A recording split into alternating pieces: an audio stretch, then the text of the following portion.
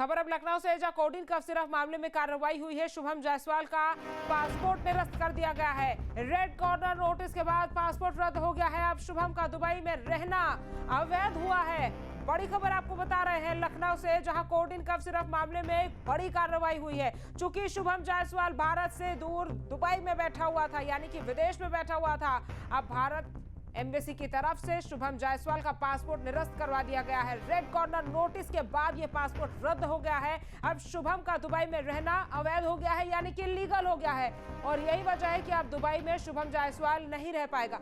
अविनाश हमारे संवाददाता ज्यादा जानकारी के साथ जुड़ गए हैं। अविनाश, जब इस तरह से पासपोर्ट निरस्त हो जाता है, रेड कॉर्नर नोटिस जारी कर दिया जाता है, तो अब कितनी मुश्किलें शुभम जायसवाल की बढ़ती हुई दिखाई दे रही है? क्या शुभम जायसवाल को खुद भारत लौटना होगा?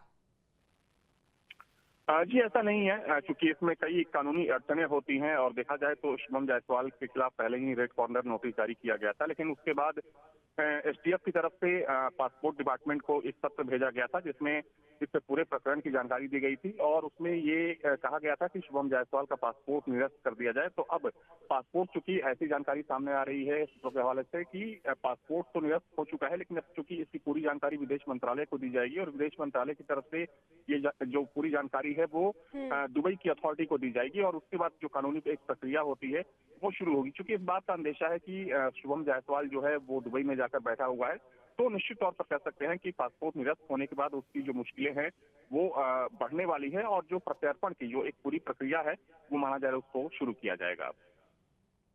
अविनाश, अगर ये जानकारी प्राप्त हो जाती है कि पासपोर्ट निरस्त हो चुका है, पासपोर्ट बैन कर दिया गया है, तो फिर किस तरह से शुभम जायसवाल को यहाँ पर कदम उठाने पड़ेंगे?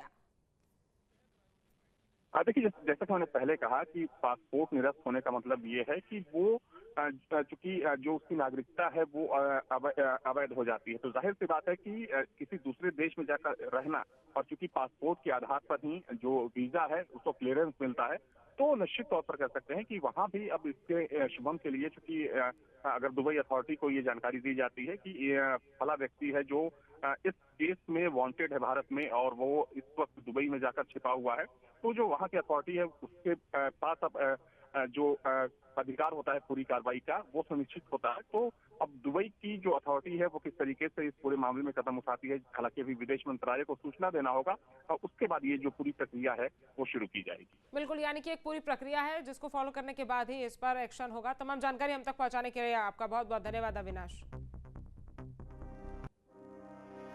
आपके मोबाइल पर तुरंत आएगी ब्रेकिंग न्यूज, स्क्रीन पर सबसे पहले दिखेगी बड़ी खबर, देश दुनिया की हर खबर एक जगह। अब आपके मोबाइल पर तुरंत फटाफट इंस्टॉल कीजिए न्यूज नेशन ऐप और रखिए खुद को अपडेट।